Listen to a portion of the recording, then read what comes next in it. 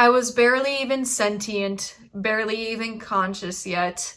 Literally just a worm out of a womb. When I got sent to my public high school, and like when I was first launched off to that high school, and I had this mindset about dating, boy, was I in for a rude awakening. I felt like wanting the guy to love the girl, to be there and be with the girl, similar how to Jack was to Rose within the Titanic.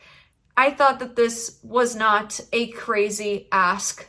I thought that this, for whatever the case, I thought that true romance, true connection, and true intimacy was the bare minimum within a connection. Much to my surprise, when I got to high school, I realized that that was not the case. And I felt like love was something based off conditions, especially for me as a woman in my experience. I felt like love was only something that you have to be a candle that can put out quickly. And if you burn slow, you're gonna end up alone. And oh boy, was I right. My first ever kiss and my first ever boyfriend was when I was 15 years old. It was with this guy named Smith. Smith was not a Chad by any means. I mean, think Chad and think opposite of Chad. That was Smith. He was the class clown. I liked him though because he noticed me. He went up to me and he talked to me. He seemed like the first person paying attention to me. And at this time, I had two parents, and on paper, everything seemed perfect. They weren't divorced. They had no issues, but they could not notice me. I could be unconscious, dying in front of them, and they would not notice me. We were a suburban family, roof over our head, all of our needs met, and for whatever the case, my parents could not notice me. I didn't know how to respond to this, for I was only a kid, so I started dating Smith. And Smith began pressuring me, but luckily, because I was such a, I don't know how to explain it, a bossy, tantrum-throwing child, I did not listen to Smith. I literally told Smith, hey, I feel like I'm a decade and a half years old. This is literally what my perception was at 15. And I am not ready to do the things that you're asking me to do. I'm just not. I'm never going to be, not at this age, nor anytime soon. I am thankful for that part of me that was strong enough to stand up to Smith.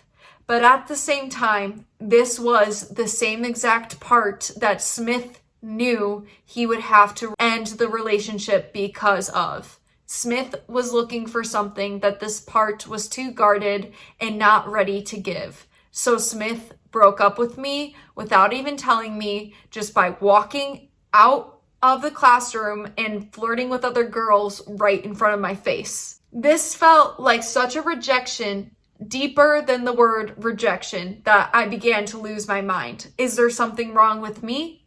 Am I asking for too much because I wanted to wait? Am I crazy? And all of my friends are experiencing opposite things, but also in terrible ways. They're getting played like a flute, and I don't want to be like them. However, at least the girls that were getting played like a flute were being played at all. Me, myself, became a torture chamber for myself. I started to disconnect from my body as a woman, and my eating disorder began to get worse and worse. My throat was like an instrument that I used to eat, to binge, and to purge out of. I knew around that age that I wasn't going to be here on this planet for a very long time.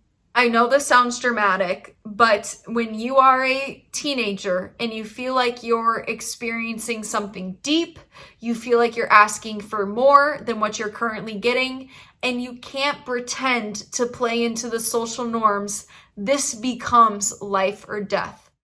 Around this time, my dad was charging RC lithium batteries in my basement.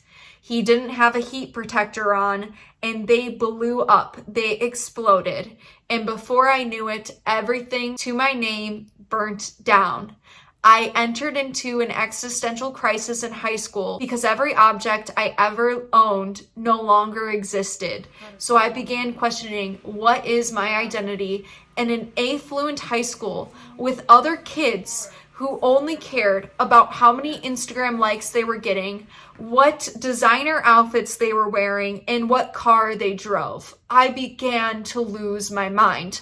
I couldn't fit in with them. And because I couldn't fit in with them, I became socially isolated, not by choice, but by circumstance. And it's likely that you, the person watching this video, are experiencing the same thing in different ways. And this, my friend, is why I've started this YouTube channel, Girlfriend Guide for Guys. I also find that social isolation is a form of protection because when you're vibrating at a low state, you attract other low vibrational human beings. Why it took me this long to be open and honest about it? Well, you can just say I had a lot of experiences of not being accepted. So therefore, it only seemed logical to never get real about this. I didn't want people to accuse me of lying. I also didn't want people to put other women down because they didn't have the same boundaries as me. We all have different parents in this lifetime, and your parents model what love should and shouldn't be for you. I was lucky enough to have a father that only valued me for my mind and my intellect, but I was unlucky enough to have both a mother and a father be emotionally neglectful during my developmental upbringing. The only thing I knew I could control during these stages was myself. So I began to look to eating disorder behavior and substance use to escape my pain and my lack of community and my lack of fundamental understanding. I've not only had a hard time connecting with men in this lifetime, but also women. I hope that that clears some things up. And with that being said, make sure to leave a like and subscribe and follow me for the next YouTube video, especially if what I'm saying resonates here with you. And be sure to watch the live stream tonight because I'm going to be doing some tarot readings. I would love to talk to you guys there. And with that being said, I will see you guys in a future YouTube video.